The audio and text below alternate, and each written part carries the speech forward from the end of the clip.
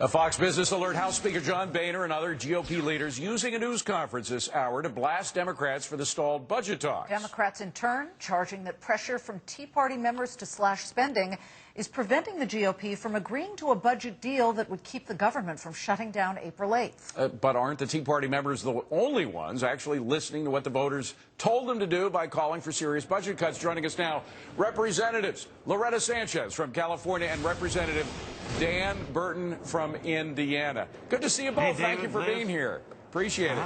Congresswoman, first to you, if I could. Why criticize? I mean, everybody has their own position. You're voted in for various reasons. Why should you criticize congressmen for doing what Tea Party voters sent them to Washington to do? Well, certainly there are some people who came here who were promoted by the Tea Party people, and I think that they're holding the Tea Party line. But unfortunately, when you come to Washington, D.C., you have 435 voices representing all the areas of the nation, and you have to reach a compromise in order to continue to move forward. And the same is said about the 100 members who are over there in the Senate. So at some point, you have to be willing to come to the table and say, what's it going to take to do to get this deal done? And, you know, for those who stand off and say we don't want to be a part of it, well, you know, government is about all the people, not just the people they represent. Representative Burton, in some ways, the Tea Partiers are angry at GOP, at some of the Republicans who aren't doing what they feel needs to be done. What do you say to that? Well, Liz, I'll tell you, we want to cut $61 billion out of spending this year. Actually, the Tea Party people and I wanted to cut more out. We wanted to go to $100 billion. But $61 billion is only about 1/4% of the proposed deficit this year. We're going to be $1.4 trillion short in revenues, $1.4 trillion going into the hole. We have a $14 trillion national debt. This country is going into bankruptcy if we don't get control of spending.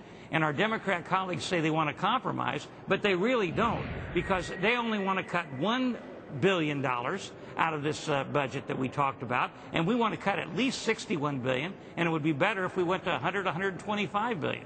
You want to respond to that, Representative? Go ahead. That's not completely correct, for example. Let's take a look at where we're really spending the real money right now. $3 billion a week. That would be Afghanistan and Iraq. It's time that we get out of those places. It's time that we make a drawdown. But we're just getting into another really place, Representative Sanchez. Exactly. What about the spending for Libya? Does that concern you at all?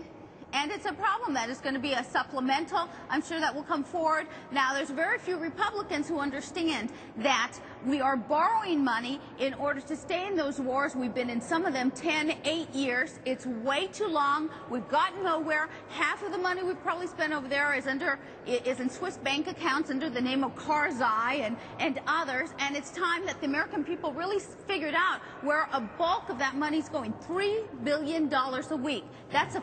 We really have to take a look at that. Well, we have to take a look at discretionary spending, but we have to take a look at that, and we have to take a look at some of the other monies. Representative Burton, seriously, I mean, defense, somewhere in there you can find something to cut, can you not? And nobody, whether it's Republican or Democrat, really talking about cutting the biggies: Social Security, Medicare, Medicaid, defense.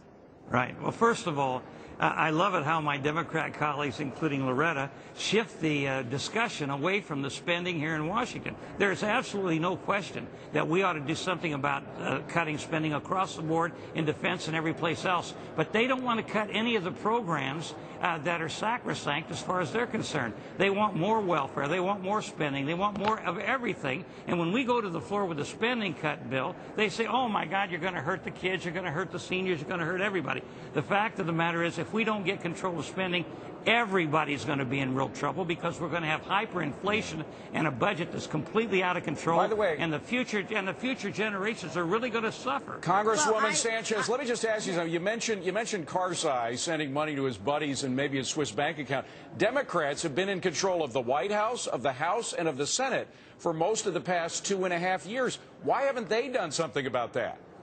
Well, you know, one of the problems that we have is that people feel, Republicans and Democrats here, feel that if they stand up and they say, in the fog of war, we've thrown so much money at these wars, and yet we really haven't received anything for it. I mean, if you really take a look at where we are, we're not much further along, and it's going to take decades probably to get out of these places. The fact of the matter is, there have been a lot of people like me who've said, you know what, this just isn't working that way, and look at the crooks who are over there taking this money, hard-earned people's money. So I believe we need to cut some of the programs here in a discretionary way. But defense has to be on there. By the way, we have to take a look at retirements. We have to take a look at Social Security. Everything must be on the table, and we must make tough decisions. Americans do, I think, want it. They don't like how it's going to feel, but they do. Representative Burton, we owe you. You get to start next time. Loretta Sanchez, Dan Burton, great to see you both. Thank you so much. Appreciate it. Thank you very much. Well,